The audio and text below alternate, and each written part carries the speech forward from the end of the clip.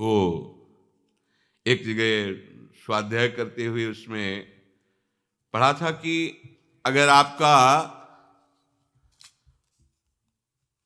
If wealth is lost nothing is lost, if health is lost something is lost, if character is lost everything is lost. आपका धन गया तो कुछ नहीं गया। If wealth is lost nothing is lost, आपका धन गया तो कुछ नहीं गया। If health is lost something is lost, आपका स्वास्थ्य गया तो कुछ गया।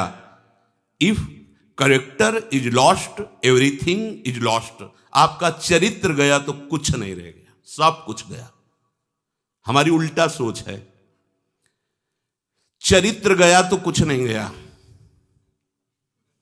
हमारी उल्टा सोच से चल, चरित्र गया तो कुछ नहीं गया, स्वास्थ्य गया तो थोड़ा कुछ गया, और धन गया तो सब कुछ चला गया। और सिद्धांत क्या कहता है? If wealth is lost nothing is lost. तुम्हारी संपत्ति नष्ट हो गई, कोई परेशानी नहीं, कुछ नष्ट नहीं हुआ, तुम्हारी हानि नहीं हुई। If health is lost something is lost, स्वास्थ्य गया तो कुछ गया, क्योंकि इससे आप उत्तम साधना कर सकते थे। स्वास्थ्य बिगड़ गया तो आप साधन नहीं कर सकते, पर कुछ गया, सब कुछ नहीं गया। भले कठोर साधन न कर सके, राधा राधा तो बोल सकते हैं ना।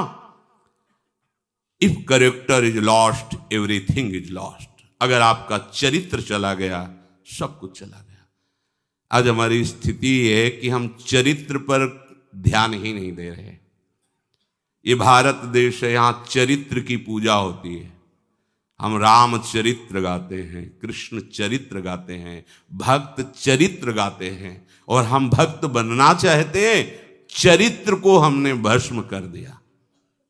चरित्र हमारा बिगड़ गया, सब बिगड़ गया। चरित्र गया, सब चला गया। आप देखो चरित्र की तरफ कहां देखा जाए। हमारे प्राण चले जाएं पर हम धर्म विरुद्ध आचरण स्वीकार ना करें। हमारा चरित्र पवित्र है। एक बार वाराणसी में एक जज स्वामी थे, उनके दर्शन कराने के लिए एक संत ले गए, तो वो पता नहीं कौन सी स्थिति में रहते, बड़ी जोर से ऐसे कलाई पकड़ी, नवीन अवस्था थी, और उन्होंने अंग्रेजी में ये कहा था कि गुड करेक्टर, जिसका चरित्र अच्छा वही महात्मा, और जिसका, वो अंग्रेजी से बोले थे कि जिसका चरित्र लूज है, बोले हमारे मान्यता में, वो पढ़े लिखे जज स्वामी थे, अंग्रेजी ही ज्यादा बोलते थे। कहा गुड करेक्टर, जीवन भर चरित्र को संभालते रहना, चरित्र ना बिगड़ने पावे। चरित्र बिगड़ गया सब कुछ चला गया। तो जिनकी ये मान्यता है कि धन से ही धर्म होता है, धन से ही भगवान मिलते हैं, धन से ही भगवान की पूजा होती है, तो आप इस भ्रम को छोड़ दीजिए। आपके पास जो कुछ अपना माना हुआ है उसे प्रभु में समर्पित करने से आपकी बात बनेगी। जो कुछ माना हुआ है वो त्यागने से हुई। त्यागाच्छांतिरनंतरम, यदि अपना मान करके उसे देते हैं तो, अगर दान करते हैं, धर्म में लगाते हैं, तो कई गुना बढ़ के मिलेगा।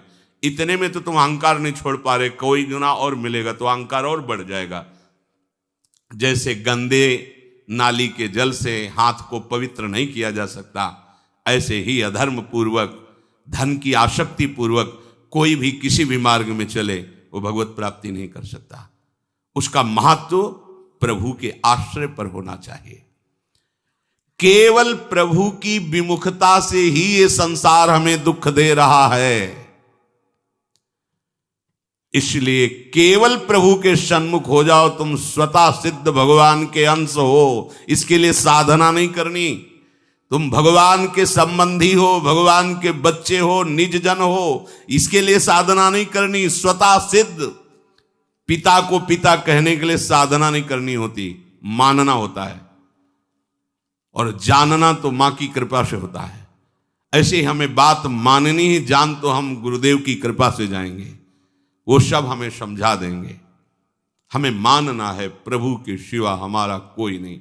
ये हृदय में बैठा लो, ये जन्म व्यर्थ न जानने पावे। साफ साधनाओं की सार बात आज तुम्हें बता रहे हैं। प्रभु का भरोसा, प्रभु की अधीनता, प्रभु की प्रपत्ति, प्रभु का सहारा, प्रभु का अवलंबन, प्रभु की शरणागति बहुत जोर की बात।